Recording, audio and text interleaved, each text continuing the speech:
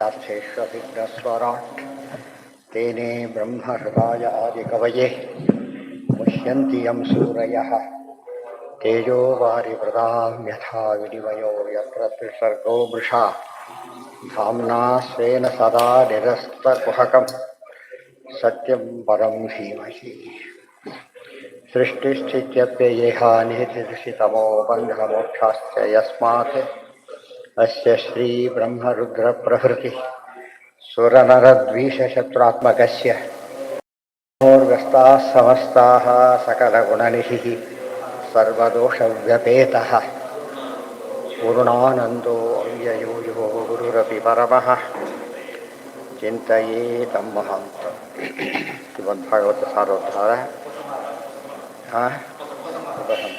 ಶ್ರೀಮದ್ಭಾಗವತ ಸಾರೋದ್ಧಾರ ವಿಷ್ಣು ತೀರ್ಥರ ಏನು ಯಾವುದರಲ್ಲಿ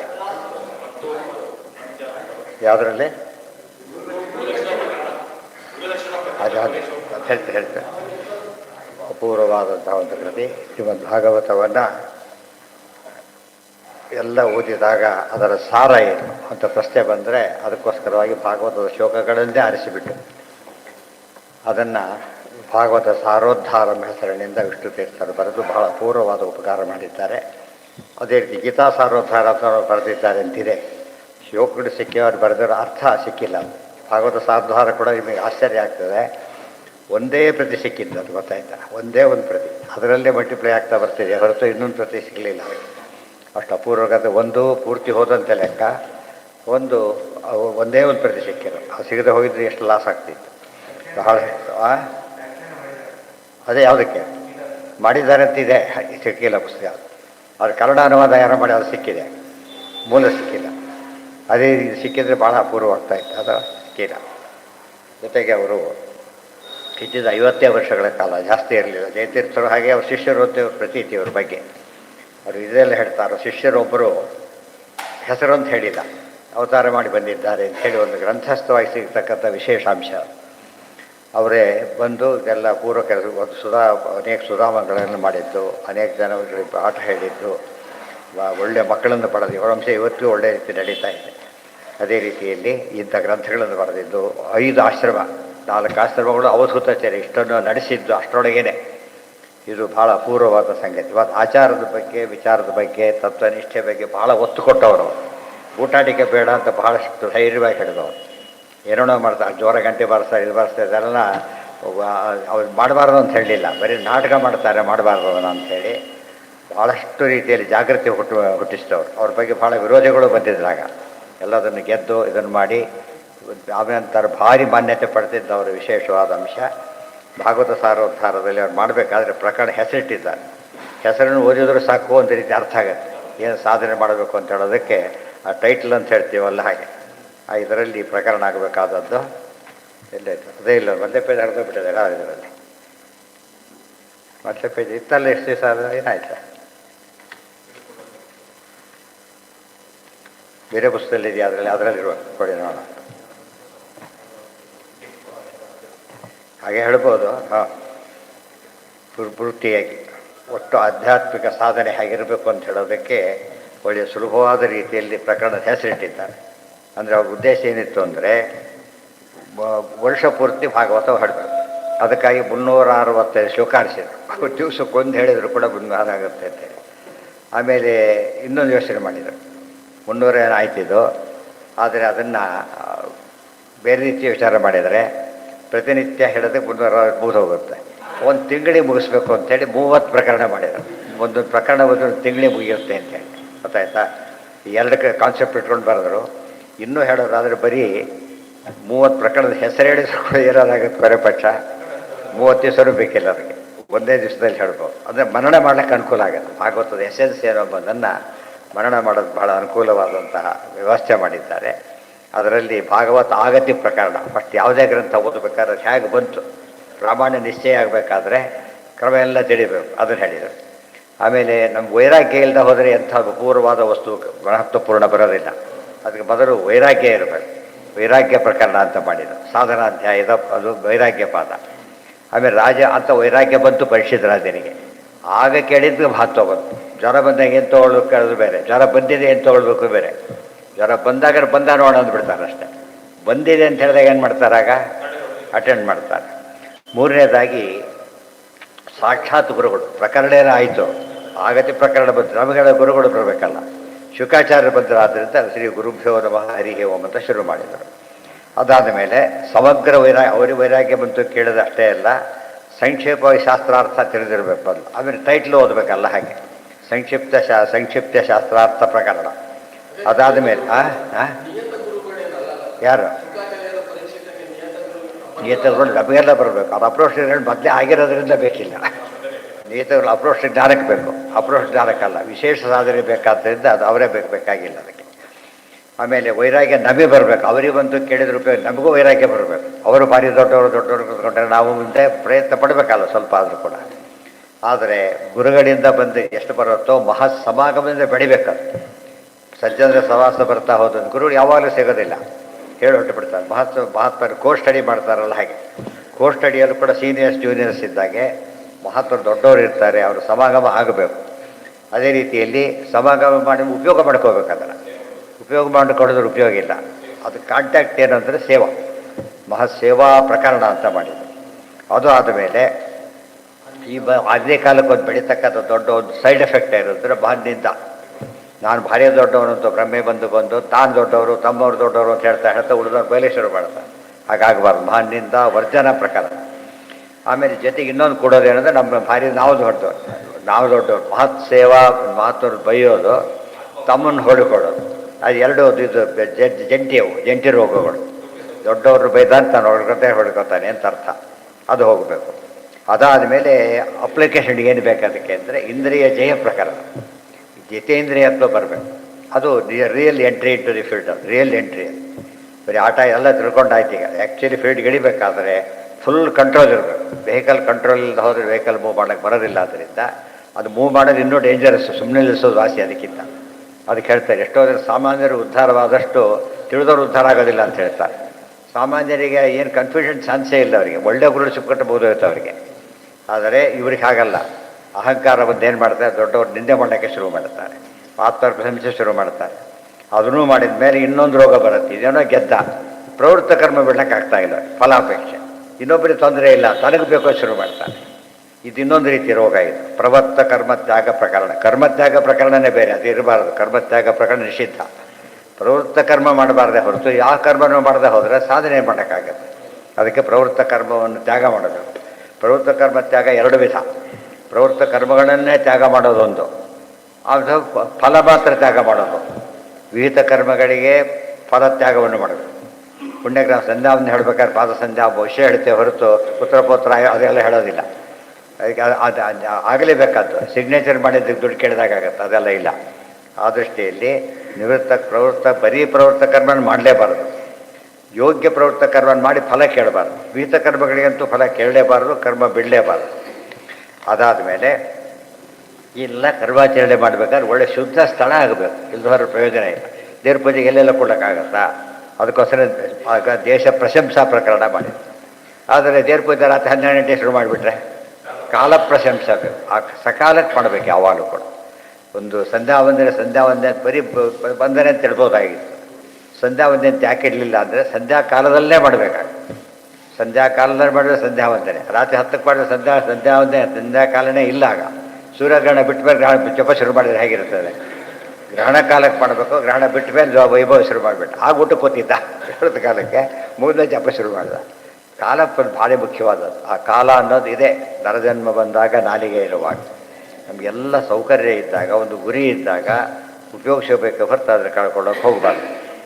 ಮುಂದೆ ದೇಹ ಪ್ರಶಂಸಾ ಪ್ರಕರಣ ಇವೆಲ್ಲ ಇದೆ. ಪಾಪ ಬೇರೆ ಪ್ರಾಣಿಗಳಿಗೆ ಇವತ್ತು ಕಾಲ ಪ್ರಶಂಸನೂ ಇದೆ, ದೇಶ ಪ್ರಶಂಸನೂ ಇದೆ, ಜನ್ಮನೂ ಇದೆ, ದೇಹನೇ ಸರಿ ಇಲ್ಲ. ಏನು ಮಾಡಬೇಕು ಅವರೆಲ್ಲ? ಅದಕ್ಕೆ ಹೇಳ್ತಾರೆ, ಒಳ್ಳೆಯ ದೇಹ ಬಂದಾಗ ಸಾರ್ಥಕ ಮಾಡ್ಕೋಬೇಕು. ಅದು ಆಯಿತು. ಎಲ್ಲ ಇದ್ರೆ ಎಲ್ಲ ಮಾಡಿಕೊಂಡ. ಧ್ಯಾನಕ್ಕೆ ಕೊಡಬೇಕಾದ್ರೆ ಧ್ಯಾನ ಮಾಡಿದವರಿಗೆ ಧ್ಯಾನ ಪಾಠ ಪ್ರವಚನ ಇಷ್ಟೇ. ಅಪರೋಕ್ಷ ಜ್ಞಾನಕ್ಕೆ ಡೈರೆಕ್ಟ್ ಲಿಂಕ್ ಸಿಗೋದು ಇಷ್ಟೇ. ಇಲ್ಲ ಪಾಠ ಪ್ರವಚನ, ಇಲ್ಲ ಧ್ಯಾನ. ಉಳಿದಲ್ಲಿ ಏನೇ ಇದ್ದರೂ ಅದು ಲಿಂಕ್ ಕೊಡುತ್ತೆ ಹೊರತು ಅದು ರಿಯಲ್ ಇಂಜನ್ ಅಂದರೆ ಇವೆರಡೇ. ಎರಡನ್ನು ಮಾಡಬೇಕು. ಅದಕ್ಕಾಗಿ ಏನು ಹೇಳಿದರು? ಧ್ಯಾನ ಪ್ರಕರಣ ಹೇಳಿದರು. ಬಿಂಬೋಪಾಸಕ ಗುರುಪ್ರಾಪ್ತಿಯ ಪ್ರಕರಣ. ಆಗ ನಮಗೆ ಕನ್ಸರ್ನ್ ಇವ್ರು ಸಿಗ್ತಾರೆ. ನಿಮ್ಮ ಪ್ರೊಫೆಸರ್ ಯಾರು ಅಂತ ಕೇಳೋದು ಒಂದೇ ಕ್ಲಾಸಿಗಲ್ಲ, ಆ ಲೆವೆಲ್ನಲ್ಲಿ ನಿಮ್ಮ ಗೈಡ್ ಯಾರು ಅಂತ ಕೇಳ್ತಾರೆ. ಆ ಥರ ನಿಯತ ಗುರು ಸಿಗಬೇಕು. ಅವ್ರು ಸಿಗ್ತಾರೆ, ಅವರಾಗಿ ಬಂದು ಸಿಗ್ತಾರೆ, ಅನುಗ್ರಹ ಮಾಡ್ತಾರೆ. ಬಂದ ಮೇಲೆ ಅಧ್ಯಾತ್ಮ ಪ್ರಕರಣ ಏನಿದ್ರು ಕೂಡ ಪೂರ್ತಿ ಹೊರಗಿನ ಪ್ರಪಂಚ ಡೀಲಿಂಗ್ ಆಗ್ತಾರೆ. ಅಪ್ರೋಷ ಜ್ಞಾನ ಬಂದ ಮೇಲೆ ಅದು ಬರುತ್ತೆ ಮುಂದೆ. ಈಗ ಆಮೇಲೆ ಧರ್ಮೋಪದೇಶ ಪ್ರಕರಣ. ಈ ಹಂತದಲ್ಲಿ ಧರ್ಮವನ್ನು ಚೆನ್ನಾಗಿ ಇನ್ನೂ ಚೆನ್ನಾಗಿ ಮಾಡಬೇಕು. ಅದು ಸ್ಟೂಡೆಂಟಾಗಿ ಮಾಡಿದ ಧರ್ಮ ಇದ್ದ ಹಾಗೆ. ಈಗ ಅಪ್ರೋಷ ಜ್ಞಾನಿಗಿಂತ ಏನು ಕರ್ಮ ಮಾಡ್ತಾನೆ ಅವಿಷ್ಟು ಕೂಡ ಸ್ಟೂಡೆಂಟಾಗಿ ಮಾಡಿದ ಕೆಲಸ ಇದ್ದ ಹಾಗೆ. ಅಪ್ರೋಷ ಜ್ಞಾನ ಬಂದಮೇಲೆ ಮಾಡ್ತಾನಲ್ಲ ಅದೇನದು, ಅದು ದೊಡ್ಡ ಸಾಧನೆ. ಆನಂದ ಉನ್ನಹ ಕಾರಣ. ಬರೀ 35ಕ್ಕೆ ಬರೋ ಮಾರ್ಕ್ಸ್ ಬರೋ ರೀತಿ ಮಾಡಿದ ಸಾಧನೆ. ಈಗ ರ್ಯಾಂಕಿಂಗ್ ಎಲ್ಲ ಬರೋದಿಲ್ಲ. ಅದಕ್ಕೆ ಏನು ಬರಬೇಕು, ಅದಕ್ಕೆ ಅನಂತರ ಮಾಡೋ ಕರ್ಮಗಳ ಭಾರಿ ಕೌಂಟ್ ಆಗೋದು. ಅನಂತರ ಮಾಡೋಕ್ಕೆ ಆನಂದ ಉನ್ನಹ ಹಾಕಬೇಕು. ಅದಕ್ಕೋಸ್ಕರನೇ ಅಲ್ಲಿ ಅಧ್ಯಾತ್ಮ ಪ್ರಕರಣ ಹೇಳುತ್ತಾರೆ. ಆ ಧರ್ಮಗಳೆಲ್ಲ ಉಪದೇಶ ಮಾಡ್ತಾರೆ ಏನೇನು ಮಾಡಬೇಕು ಅಂತೇಳಿ. ಆ ಸಮಯಕ್ಕೆ ಬಿಂಬೋಪದೇಶ ಪ್ರಕರಣ. ಅದು 2 ಭಾಗ. ತಾನು ಮಾಡ್ಕೊಳ್ಳೋದೊಂದು, ಯೋಗ್ಯರು ಸಿಕ್ಕರೆ ಹೇಳೋದು. ಬಿಂಬ ಜ್ಞಾನ ಬಂದಿದೆ ಈಗ, ವಿಶೇಷ ಉಪದಾಸಿ ವಿಷ್ಣು ಬ್ಯಾಕ್ಗ್ರೌಂಡ್ ಇರಬೇಕು. ಆಮೇಲೆ ಭಕ್ತಿ ಸ್ಥಿತಿ ಪ್ರಕರಣ. ಇದೆಲ್ಲದಕ್ಕೂ ಮೇನ್ ಲಿಂಕ್ ಇರೋದು ಭಕ್ತಿಯಿಂದ. ಪ್ರತಿಯೊಂದು ಕಾರ್ಯ ಮೊದಲೆಲ್ಲ ಪ್ರತಿಯೊಂದು ಕಾರ್ಯ ಮಾಡಬೇಕಾದ್ರೆ ಮಾಡಿ ಅಂತ ಹೇಳ್ತಾರೆ, ಆದರೆ ಮಾಡೋದು ಅಷ್ಟು ಸುಲಭ ಅಲ್ಲ. ಭಕ್ತಿ ಬಂದ ಮಾತ್ರ ನ್ಯಾಚುರಲಿ ಮಾಡ್ತಾ ಹೋಗ್ತಾರೆ. ಭಕ್ತಿ ಬಂದ ಮೇಲೆ ಬೇಡ ಅಂದರೂ ಬಿಡೋದಿಲ್ಲ ಅವನಿಗೆ. ಆ ಥರ ಒಂದು ಸಹಜವಾಗಿ ಬರ್ಲಿಕ್ಕೆ ಶುರುವಾಗುತ್ತೆ. ಧರ್ಮೋಪದೇಶ ಪ್ರಕರಣ, ಬಿಂಬೋಪದೇಶ ಪ್ರಕರಣ, ಬಿಂಬ ಉಪಾಸನ ಪ್ರಕರಣ, ಆಮೇಲೆ ಭಕ್ತಿ ಸ್ತುತಿ ಪ್ರಕರಣ. ಬಿಂಬ ಜ್ಞಾನ, ಬಿಂಬ ಉಪಾಸನೆ. ಸೊ ಒಂದು ಸ್ಟೇಜ್ ಗುರುಗಳು ಬರೋದು ಪರೋಕ್ಷ ಜ್ಞಾನ ಕೊಡೋಕ್ಕೆ, ಇನ್ನೊಂದು ಸ್ಟೇಜಲ್ಲಿ ಬರೋದು ಅಪರೋಕ್ಷ ಜ್ಞಾನಕ್ಕೆ ಬಿಂಬಮೂರ್ತಿ ಉಪದೇಶ ಮಾಡಲಿಕ್ಕೆ. ಅದನ್ನು ಮಾಡಬೇಕು. ಅನಂತರ ಎಲ್ಲ ಡಾಮಿನೇಟ್ ಆಗಬೇಕು. ಅದು ಭಕ್ತಿ. ಅದು ಈ ಜ್ಞಾನ ಅಪರೋಕ್ಷ ಜ್ಞಾನ ಬಂದ ಮೇಲೆ ಏನಾಗುತ್ತೆ, ಈಗ ನಿಜವಾದ ಜ್ಞಾನ, ನಿಜವಾದ ಭಕ್ತಿ ಬರೋದು ಅಪರೋಕ್ಷ ಜ್ಞಾನ ಬಂದ ಮೇಲೇ. ಇವತ್ತು ಬದಿರಿ ಬಗ್ಗೆ ಎಷ್ಟೇ ಲೆಕ್ಚರ್ ಹೊಡೆದ್ರು ನೋಡಿದ ಮೇಲೆ ಬರೋ ಒಂದು ಕಾನ್ಸೆಪ್ಟು ಮುಂಚೆ ಬರೋದಿಲ್ಲ. ಇನ್ನೇನು ಜಸ್ಟ್ ದೇವ್ರು ನೋಡೋ ಹೊತ್ತೆ ಮಿಸ್ ಮಾಡ್ಕೊಬಿಟ್ರೆ ಮತ್ತೆ ಅದೆಲ್ಲ ಪ್ರೊಸೀಜರ್ ಶುರುವಾಗಬೇಕು. ಆ ದೃಷ್ಟಿಯಲ್ಲಿ ಭಕ್ತಿ ಭಾಳ ಮುಖ್ಯವಾದ ಸಾಧನೆ. ಆ ಭಕ್ತಿನೇ ಕೊಂಡಾಡ್ತಾರೆ. ಭಕ್ತಿ ಸ್ತುತಿ. ಭಕ್ತಿ ಇರುತ್ತೆ, ಆ ಭಕ್ತಿ ಸಾಲದು. ಇವತ್ತು ಬೆಳಗ್ಗೆ ನೀವು ತಿಂಡಿ ಹಸಿವು ಬೇರೆ, ಊಟದ ಹಸಿವು ಬೇರೆ, ಕಾಫಿ ಹಸಿವು ಬೇರೆ. ಕಾಫಿ ಹಸಿವು ಭಾರಿ ಲೈಟಾಗಿರೋದು. ಆ ಊಟ ಕೊಟ್ಟರೆ ಯಾರು ತೊಗೊಳೋದಿಲ್ಲ. ಆಮೇಲೆ ಇದು ಬೇಕು ಅವರಿಗೆ, ತಿಂಡಿ ಪ್ರಸಿ, ಆಮೇಲೆ ಊಟದ ಹಸಿವು ಶುರುವಾಗುತ್ತೆ. ಅದು ಬಂದಮೇಲೆ ಬರೋ ಜ್ಞಾನ. ಅದಾದ ಮೇಲೆ ಬೆಳಗ್ಗೆ ಮುಂಚೆ ಸ್ನಾನ ಆಗಿರ್ಬೇಕು, ಅದೇ ಬಿಟ್ಟು ಹೋಗ್ಬಿಟ್ಟಿರುತ್ತೆ, ತಪ್ಪು. ಭಕ್ತಿ ಸ್ತುತಿ ಪ್ರಕಾರ. ಭಕ್ತಿ ಕಾರ್ಯ. ಭಕ್ತಿ ಬಂದಮೇಲೆ ಏನು ಮಾಡ್ತಾನೆ ಅವನು, ಇಲ್ಲಿ ಹಾವಿದೆ ಕೆರಡೆ ತಗೊಡ್ತಾರೆ, ಒಡಗಿರ್ತಾರೆ. ಅದೇ ಇಲ್ಲಿ ಹಾವಿದೆ, ನಿಧಾನವಾಗಿ ಕೊಡಿದ್ದಾರೆ ಹೇಳಕ್ಕೆ ಬರುತ್ತಾ? ಅವ್ನು ಹೇಳೋ ಸ್ಟೈಲು ಆವತ್ತು ಒದಗದೆ ಎದ್ದು ಬಿಡ್ತಾನೆ. ಅದು ಒದಕ್ಕೆತ್ತ ಹೇಳ್ತಾರಲ್ಲ, ಆ ಟೈಪು ನಗಬರೋ ರೋಜು ಸ್ವರ ನಾಟ್ಯ ಮಾಡೋ ಆ ಒಂದು ಆನಂದ ಉದ್ರೇಕ ತಡೆಯೋಕ್ಕಾಗೋದಿಲ್ಲ ಅವರಿಗೆ. ಆ ಸ್ಥಿತಿ ಬರಬೇಕು. ಅನ್ಯಥಾ ಮತಿ ಅಕರಣ ಪ್ರಕರಣ. ಈ ಸಮಯದಲ್ಲಿ ಅಸರಾವೇಶ. ದೊಡ್ಡ ದೊಡ್ಡ ಜ್ಞಾನಿಗಳು ತಪ್ಪು ಮಾಡಿ ಈ ಸ್ಟೇಜಲ್ಲಿ. ಅದೆಲ್ಲ ಅಪರೋಕ್ಷ ಜ್ಞಾನಿಗಳು, ವಿಶ್ವಾಸ ಸಾಮಾನ್ಯರಲ್ಲ ಅವರು. ಆ ಕಾಲದಲ್ಲಿ ಅನ್ಯಥಾ ಮತಿ ಬಂತು. ದುರ್ಯೋಧನ ಸಹವಾಸ ಎಲ್ಲ ಶುರುವಾಗಿದೆ. ಈ ಸ್ಟೇಜಲ್ಲಿ ಭಾರಿ ಹುಷಾರಾಗಿರ್ಬೇಕು. ಯಾಕೆಂದರೆ ದರೋಡೆ ಮಾಡಬೇಕಾದ್ರೆ ಸಾಮಾನ್ಯ ದರೋಡೆ ಮಾಡೋದಿಲ್ಲ, ಭಾರಿ ಶ್ರೀಮಂತರೇ ದರೋಡೆ ಮಾಡೋದು. ಸೈಕಲ್ ಏನು ದರೋಡೆ ಮಾಡಬೇಕು ಅವನ್ನ, ಸೈಕಲ್ ಹೋಗ್ಬೋದು ಅಷ್ಟೇ. ಅದು ಸ್ಕೂಟ್ರು ಇಂಪೋರ್ಟೆಡ್ ಕಾರಲ್ಲಿ ಹೋಗಬೇಕಾದ್ರೆ ಬೆನಿಫಿಟ್ ಇದೆ ಮಾಡಿದರೆ. ಅದಕ್ಕೆ ಯಾವಾಗಲೂ ದರೋಡೆ ಸ್ಟೇಜ್ ಆದ್ದರಿಂದ ಭಾರಿ ಹುಷಾರಾಗಿರಿ. ಅನ್ಯಥಾ ಮತಿ ಅಕರಣ ಪ್ರಕರಣ. ಅದಾದ ಮೇಲೆ ಗುರು ವಿಚಾರ ಪ್ರಕರಣ. ಈ ಕಾಲದಲ್ಲಿ ಗುರುಗಳ ಬಗ್ಗೆ ಹೇಗೆ ನಡ್ಕೋಬೇಕು ಬಹಳ ಮುಖ್ಯವಾದ ಅಂಶ. ಗುರು ವಿಚಾರ, ಗುರುಗಳ ವಿಚಾರ. ಎಷ್ಟು ಗುರುಗಳಿರ್ತಾರೆ ಎಲ್ಲರಿಗೂ ವಂದನೆ. ಇದೊಂದು ಭಾರಿ ಮುಖ್ಯವಾದ ಅಂಶ ಇದು. ನಮ್ಮಲ್ಲಿ ಸಾಕ್ಷಾತ್ ಗುರುನೇ ಬಿಡೋ ಕಾಲನೇ ಇರುತ್ತೆ, ಮೇನಾಗಿ ಅದೇ ಬಿಟ್ಟುಬಿಡ್ತಾರೆ. ಆದರೆ ಯಾವ ಕಾಲಕ್ಕೂ ದೊಡ್ಡವರೆಲ್ಲ ಗುರುಗಳು. ಆದ್ದರಿಂದ ಅವರು ದೇವತೆಗಳು ಗುರುಗಳು, ದೇವತೆಗಳು ಡಬಲ್ ಗುರುಗಳು ಅವರು. ಆದ್ದರಿಂದ ಎಲ್ಲ ಕಾಲದಲ್ಲೂ ಕೂಡ ಅವರನ್ನು ಪರಿವಾರತೆಯ ಪೂಜೆ ಮಾಡಲೇಬೇಕು ಎಂಬುದು ಅಲ್ಲಿಯ ಭಾಗ. ಆಗ ಅಪರೋಕ್ಷ ಪ್ರಕರಣ. ಈಗ ಈ ಸ್ಟೇಜಲ್ಲಿ ಅಪರೋಕ್ಷ ಜ್ಞಾನ ಆಗುತ್ತೆ. ಆ ದೇವತೆಗಳ ಪಕ್ಷ ಎಲ್ಲ ಒಂದು ಪಕ್ಷ, ಉಳಿದವ್ರ ಪಕ್ಷ ಎಲ್ಲ ಒಂದು ಪಕ್ಷ. ಈಗ ದೇವರನ್ನು ಕಾಣ್ತಾನೆ. ಎಷ್ಟೊಂದು ಅಪರೋಕ್ಷ 2 ರೀತಿ. ಒಂದು ಅಪರೋಕ್ಷ ಜ್ಞಾನ ಆಯಿತು, ಮುಗೀತು. ಈತೆ ಆನಂದ ಉನ್ನ ಆಗ್ತಾ ಅಪರೋಕ್ಷ ಜ್ಞಾನ ಭಾರಿ ಶ್ರೇಷ್ಠ, ಕ್ವಾಲಿಟಿ ಭಾರಿ ಜಾಸ್ತಿ ಆಗುತ್ತೆ. ದೇವರ ದೂರದಿಂದ ಆಯಿತು, ದರ್ಶನ ಹತ್ತಿರ ಬಿಟ್ಟಿದ್ರು, ಮುಂದೆ ನಿಲ್ಲಿಸಿಬಿಟ್ಟಿದ್ರು, ಅರ್ಧ ಗಂಟೆ ನಿಲ್ಲಿಸಿಬಿಟ್ಟಿದ್ರು. ಅವೆಲ್ಲ ಏನು ತೋರಿಸುತ್ತೆ? ಕ್ಲಾರಿಟಿ ಜಾಸ್ತಿ ಆಗ್ತಾ ಹೋಗೋದು. ಅಪರೋಕ್ಷದಲ್ಲೂ ಕೂಡ ತಾರತಮ್ಯ ಇದೆ. ಅವನು ಯಾವ ಆನಂದ ಆಮೇಲೆ ಕರ್ಮ ಜ್ಞಾನ ಭಕ್ತಿ ಬಂದಮೇಲೆ ನ್ಯಾಚುರಲಿ ಏನಾಗಲೇಬೇಕದು, ಜ್ಞಾನದಲ್ಲಿ ಸ್ಪಷ್ಟತೆ ಕೊಡಲೇಬೇಕು. ಆದ್ದರಿಂದ ಆಗಂದು ಜ್ಞಾನದ ರೀತಿಯೇ ಬೇರೆ. ಆ ಸಮಯಕ್ಕೆ ಗುಣ ನಿವೃತ್ತಿ ಪ್ರಕರಣ. ಗುಣ ನಿವೃತ್ತಿ ಅಂದ್ರೇನು? ಸತ್ವಗುಣ, ರಜೋಗುಣ, ತಮೋಗುಣ. ಈ 3 ಗುಣ ಕಾಂಟ್ಯಾಕ್ಟ್ ನಮ್ಮನ್ನು ಏನೇನೋ ಮಾಡಿಸ್ಬಿಡೋದು. ಮೊದಲು ಇದ್ದು ಇಲ್ದಾಗಿರ್ಬೇಕು. ಈ ಪೂರ್ತಿ ಡೇಲಿಂಗ್ ಆಗಿಬಿಡುತ್ತೆ, ಅದು ಎಫೆಕ್ಟೇ ಸಿಗಬಾರ್ದು, ಆ ರೀತಿ ಮಾಡ್ತಾರೆ. ಅಪ್ರೋಚ್ ಬಂದ ಮೇಲೆ ಮತ್ತೆ ಕಂಟಿನ್ಯೂಷನ್ ಮುಂಚೆ ಮತ್ತೆ ಮತ್ತೆ ಹೋಗಬಾರ್ದು. ಓ ಕಾಣ್ತಾ ಇರೋದು ಇಲ್ಲದೆ ಹೋಗ್ಕೊಡ್ತಾ ಕಾಣೋದೇ ಇರೋದು ನೆನೆಸ್ಕೊಂಡು ಕೂತ ಅಂದರೆ ಅಪ್ರೋಚ್ ಆ ಸ್ಟೇಜ್ ಬಂದಮೇಲೆ ಮುಗಿದು ನ್ಯಾಚುರಿ ಅದ್ರ ಬಗ್ಗೆ ಗಮನ ಹೋಗ್ತಾನೆ ಇರ್ತದೆ. ಹಾಂ ಹಾಂ ಏನಾಗತ್ತೆ ಹೇಗೆ ಬಿಡುತ್ತೆ? ಒಳ್ಳೇದು ಬಿಡೋದಿಲ್ಲ ಯಾವಾಗಲೂ ಕೂಡ. ಅದಕ್ಕೆ ಅನಿಷ್ಟ ನಿವೃತ್ತಿ ಆಗೋದು, ಇಷ್ಟ ನಿವೃತ್ತಿ ಆಗೋದಾದರೆ ಇಷ್ಟ ಮಾಡಬೇಕು, ಅದಕ್ಕೆ ಅನಿಷ್ಟ ನಿವೃತ್ತಿ ಆಗಬೇಕೆ ಹೊರತು ಇಷ್ಟ ನಿವೃತ್ತಿ ಎಂದು ಆಗಲೇಬಾರ್ದು. ಅಪರೋಕ್ಷ ಪ್ರಕರಣ. ಆಮೇಲೆ ಗುಣ ನಿವೃತ್ತಿ ಪ್ರಕರಣ, ಇದು ಮುಖ್ಯವಾದ ಅಂಶ. ನಾಮ ಪ್ರಶಂಸಾ ಪ್ರಕರಣ. ಆಗ ನಾಮೋಚ್ಚಾರಣೆ ಮಾಡಿದೆ ಎದ್ರೆ ಕೂತ್ರೆ ಮಕ್ಕಳ ಇದೆಲ್ಲ ನೋಡೋದಕ್ಕೆ ಮಕ್ಕಳಾಡಿಸುವಾಗೆಲ್ಲ ಕೊಂಡು ಲೋಯರ್ ಸ್ಟೇಜ್ ಕಾಣಿಸುತ್ತೆ. ಅಲ್ಲ, ತೀರ ಹೈ ಸ್ಟೇಜ್ ಅದು. ಬೇರೆ ಕಡೆ ಬೇರೆ ನೋಡೋದಿಲ್ಲ ಅವರು. ಇವತ್ತು ಊಟ ಕೂತಿರ್ತೀವಿ, ಎಲ್ಲಿ ಕಂಡ್ರು ಅದು ತಿನ್ನೋದು ಕಾಮನ್ ಅದು ಗೊತ್ತಾ. ಅದಕ್ಕೆ ಉಪ್ಪು ಭಾರಿ ತಿರ್ಮ ಕೊನೆಗೆ ಹಾಕ್ತಾರೆ, ಎಲೆ ಕೊನೆಗೆ ಹಾಕೋದು ಅಂತ ಹೇಳ್ತಾರೆ. ಅಂದರೆ ಅದಕ್ಕೆ ಅನಿವಾರ್ಯವಾದರೆ ಮಾತ್ರ, ಅನಿವಾರ್ಯವಾದ ಬಿಟ್ಲಕ್ಕೆ ಹೋಗಬೇಡಿ. ಉಳಿದೆಲ್ಲ ಏನದು ನಾಮಸ್ಮರಣೆ ಅಂದರೆ ಎಲ್ಲ ಕಡೆ ದೇವರ ಹೆಸರು ಕಾಣಬೇಕು. ಸರ್ವಶಬ್ದ ವಾಚ್ಯತ್ವ ಆ ಲೆಕ್ಕದಲ್ಲಿ ಪ್ರತಿಯೊಂದು ಕೂಡ ಭಗವಂತನನ್ನೇ ಹೇಳುತ್ತೆ. ಒಬ್ಬ ಪೂರ್ಣ ನಿಷ್ಠೆ ಬರಬೇಕು. ಅದಾದ ಮೇಲೆ ಗುರುದಕ್ಷಿಣೆ. ಈಗ ಗುರುದಕ್ಷಿಣೆ ಕೊಡೋ ಸ್ಟೇಜ್ ಇದು, ಈಗ ಕೊಡಬೇಕು. ಅವ್ನಿಗೇನು ಕೊಡಬೇಕು? ಗುರುಗಳು ಕೇಳೋದೆ ಸಾಮಾನ್ಯವಾಗಿ ಗುರುಗಳು ಕೇಳೋದೇ ಇಲ್ಲ ಫಸ್ಟ್ ಆಫ್ ಆಲ್. ಆದರೆ ಹೇಳೋದು ಒಂದಿದೆ, ಅವ್ರು ಕೇಳೋದಿಲ್ಲ. ಇದೇ ಗುರುದಕ್ಷಿಣೆ. ಯಾವ ಗುರುದಕ್ಷಿಣೆ ಅಂದರೆ ಆಮೇಲೆ ಸ್ವಾಧ್ಯಾಯ ಪ್ರವಚನಾಭ್ಯಾಮ್ ನ ಪ್ರಮದಿತವ್ಯ. ಇದು ದೊಡ್ಡ ಸಂದೇಶ. ಏನೇ ಕೊಟ್ಟರು ಗುರುದಕ್ಷಿಣೆ ಅದು ಹೋಗೋದೇ. ಗುರುಗಳು ಏನು ಕೊಟ್ಟರು ಹೋಗೋದೇ ಜ್ಞಾನ ಬಿಟ್ಟು, ಶಿಷ್ಯ ಏನು ಕೊಟ್ಟರು ಹೋಗೋದೇ ಜ್ಞಾನ ಬಿಟ್ಟು. ಗುರುಗಳಿಗೆ ಜ್ಞಾನ ಕೊಡೋದು ಅವ್ರು ಕೊಟ್ಟ ಜ್ಞಾನ ಮುಂದುವರಿಸ್ಬೇಕು. ಅದು ಗುರುಗಳ ಸೇವೆ. ನಿಜವಾದ ದೊಡ್ಡ ಸೇವೆ ಅಂದರೆ ಅವರ ಒಂದು ಆದರ್ಶ ಏನಿರ್ತದೆ ಅದನ್ನು ಅವ್ರು ನಮಗೆ ಹೇಳಿಕೊಟ್ರು ಅಂದಮೇಲೆ ನಾವು ಇನ್ನೊಬ್ರಿಗೆ ಹೇಳ್ಕೊಡ್ಬೇಕಲ್ಲ. ಅದನ್ನು ಬಡಿಸೋನು ಮನೆಗೆ ಒಯ್ದುಬಿಟ್ರೆ ಎಷ್ಟು ಕಷ್ಟ ಆಗಲ್ಲ. ಬಡಿಸ್ಲಿಕ್ಕೆ ಕೊಟ್ಟಿದ್ದಾರೆ ಅಂದರೆ ಏನು ಮಾಡಬೇಕು ಅವನು? ಇಲ್ಲಿ ವಿಶೇಷ ಇಷ್ಟೇ, ಬಡಿಸೋರು ಉಪವಾಸ ಇದ್ದು ಬಡಿಸ್ಬೇಕು, ಜ್ಞಾನ ಕೊಡೋರು ಗುಂಡು ಬಡಿಸ್ಬೇಕು, ಇಷ್ಟೇ ವ್ಯತ್ಯಾಸ. ಪುಸ್ತಕರು ಆಮೇಲೆ ಪುಸ್ತಕ ಓದ್ತೀರಿ ಮೊದಲು ಹೇಳಿಬಿಡ್ತೀರಿಯಲ್ಲ, ಪುಸ್ತಕ ಓದಿ ಆಮೇಲೆ ಹೇಳಬೇಕು ಹೊರತು ಮೊದಲು ಹೇಳಾಗಿಲ್ಲ. ಆ ರೀತಿ ಮಾಡದೆ ಹೋದರೆ ಅದು ದ್ರೋಹ ಆಗುತ್ತೆ. ಬಡಿಸೋನೇನಾದರೂ ಮಿಸ್ಯೂಸ್ ಮಾಡಿದರೆ ತಪ್ಪಾಗಿ ಬಡಿಸಿರೋ ದೋಷನೇ. ಆದ್ದರಿಂದ ದೊಡ್ಡ ಕಮಿಟ್ಮೆಂಟ್. ಪಾಠ ಪ್ರವಚನ ಕೇಳೋ ಸ್ಟೇಜಲ್ಲಿ ಟಾಪ್ ಪ್ರಯಾರಿಟಿ, ಹೇಳೋ ಸ್ಟೇಜಲ್ಲಿ ಟಾಪ್ ಪ್ರಯಾರಿಟಿ. ಟಾಪ್ ಪ್ರಯಾರಿಟಿ ಕೊಟ್ಟು ಕೇಳಬೇಕು, ಟಾಪ್ ಪ್ರಯಾರಿಟಿ ಕೊಟ್ಟು ಹೇಳಬೇಕು. ಆದಾಗ ಹೇಳ್ತೀವಿ ಅಂದರೆ ಅದನ್ನೇ ಆದಾಗ ಓದ್ತೀನಿ ಟೆಕ್ಸ್ಟ್ ಬುಕ್ ಅಂತ ಹೇಳಿದ್ರೆ ಪಾಸಾಗೋದು ಡೌಟೇ. ಇನ್ನು ಮುಂದಾಗಲ್ಲ, ದೊಡ್ಡ ಸಾಧನೆ ಅಲ್ಲ, ಪಾಸಾಗೋದೇ ಡೌಟು. ಆಗಿಸ್ಕೊಂಡು ಮಾಡ್ತೇನೆ ಅಂತ ಹೇಳಬೇಕು. ಅವತ್ತು ಎಷ್ಟೋ ಸತಿ ಹೇಳ್ತಾರೆ ಒಂದು ಸಲ, ಅರೆಸ್ಟ್ ಮಾಡ್ಲಿಕ್ಕೆ ಬಂದವ್ರುಗಳು ಊಟಕ್ಕೆ ಕೂತಿದ್ದಾರೆ ಅಂದರೆ ಊಟ ಮಾಡ್ಕೊಂಬರ್ರಿ, ಎಲ್ಲಿ ಅಷ್ಟರಲ್ಲಿ ಎಲ್ಲಿ ಹೋಗ್ತಾರೆ ಊಟ ಮಾಡ್ಕೊಂಬರಲಿ ಅಂತ ಹೇಳ್ತಾರೆ. ಅಷ್ಟರ ಮಟ್ಟಿಗೆ ಮಾಡಬೇಕು, ಟೈಮ್ ಕೊಡಿ ಅಂತ ಹೇಳ್ತಾರೆ. ಎಷ್ಟೋ ವಿಷಯಗಳಿಗೆ ಟಾಪ್ ಪ್ರಯಾರಿಟಿ ಕೊಡ್ತಾರೆ. ಪರೀಕ್ಷೆ ಆದ್ಮೇಲೆ ಕೂತಾರೆ, ನೀರು ಬೇಕು ಅಂದರೆ ಕೊಡ್ತಾರೆ, ಮೈಸೂರು ಪ್ಯಾಕ್ ಅಂದರೆ ಕೊಡೋದಿಲ್ಲ. ನೀರು ಕೊಡೋದು ಪಾಪ ಬರಿಬೇಕಾದ್ರೆ ಶಕ್ತಿ ಬೇಕೇ ಬೇಕಲ್ಲ, ಆಗಿದೆ ಅದು ಕೊಡೋದು. ಅದು ಇಟ್ಟೇ ಬಿಟ್ಟಿರ್ತಾರೆ, ನೀರು ರೆಡಿ ಇಟ್ಟಿರ್ತಾರೆ. ಉಳಿದು ಯಾವುದು ರೆಡಿ ಇರೋದಿಲ್ಲ. ಗುರುದಕ್ಷಿಣಾ ಪ್ರಕರಣ ಅದಾದಮೇಲೆ ಇನ್ನು ಉಪಸಮಾಪ್ತಿ. ಅಲ್ಲಿ ಏನು ಎಲ್ಲ ಮುಗಿದು ಗುರುದಕ್ಷಿಣೆ ಕೊಟ್ಟ ಮೇಲೆ ದಕ್ಷಿಣೆ ಕೊಡೋದು ಮುಗಿದೆ ಹೊರತು ಕಾಂಟ್ಯಾಕ್ಟ್ ಮುಗಿಯೋದಿಲ್ಲ. ಅದು ಶಾಶ್ವತ, ಮುಕ್ತಿಯಲ್ಲೂ ಇರುತ್ತೆ ಅಂತ ಹೇಳ್ತಾರೆ. ಆ ಸಂಬಂಧ ಎಲ್ಲಿ ಯಾವಾಗಲೂ ಹೋಗೋದಿಲ್ಲ, ಮುಕ್ತಿಯಲ್ಲೂ ಇರೋದು. ನಿಯತ ಪ್ರತಿಪತ್ತಿರು ಅಂತ ಎಲ್ಲರಿಗೂ ಇಲ್ಲ, ಗುರುಗಳು ಮಾತ್ರ ಎಲ್ಲರಿಗೂ ಇಲ್ಲ. ಅದು ಬೈಪಾಸ್ ಮಾಡೋಕ್ಕೆ ಬರೋದಿಲ್ಲ. ಜ್ಞಾನ ಅಷ್ಟು ದೊಡ್ಡದು ಅಂತ ಹೇಳ್ತಾರೆ. ಅಲ್ಲಿಗೆ ಉಪಸಂಹಾರ. ಅದು ಅರ್ಥ ಮಾಡಿಕೊಂಡ್ರೆ ಸುಲಭವಾಗಿ ಇಡೀ ಭಗವತ್ ಸಾರನ ಸುಮ್ಮನೆ ಓದಿದರೆ ಕಂಟೆಂಟ್ಸು, ಆಮೇಲೆ ಓದಿದ್ರೆ ರಿವಿಷನ್ ಆಗುತ್ತೆ. ಸರಿಯಾಗಿ ಓದಿದರೆ ಓದಿದ್ದೆಲ್ಲ ಜ್ಞಾಪಕ ಬರ್ತಾ ಇರ್ತದೆ. ಇದರಲ್ಲಿ ಯಾವ ಸ್ಟೇಜಲ್ಲಿ ಇದ್ದೇವೆ ಅಂತ ನೋಡ್ಕೊಳ್ಳೋಕೆ ಹೋಗಬಾರ್ದು. ಈ ಸ್ಟೇಜಲ್ಲಿ ಹೇಳ್ಬೋದು ಇರೋದಿಲ್ಲ, ಆದ್ದರಿಂದ ನೋಡಿಕೊಂಡು ಸರಿ ಮಾಡ್ಕೋಬೇಕಷ್ಟೆ.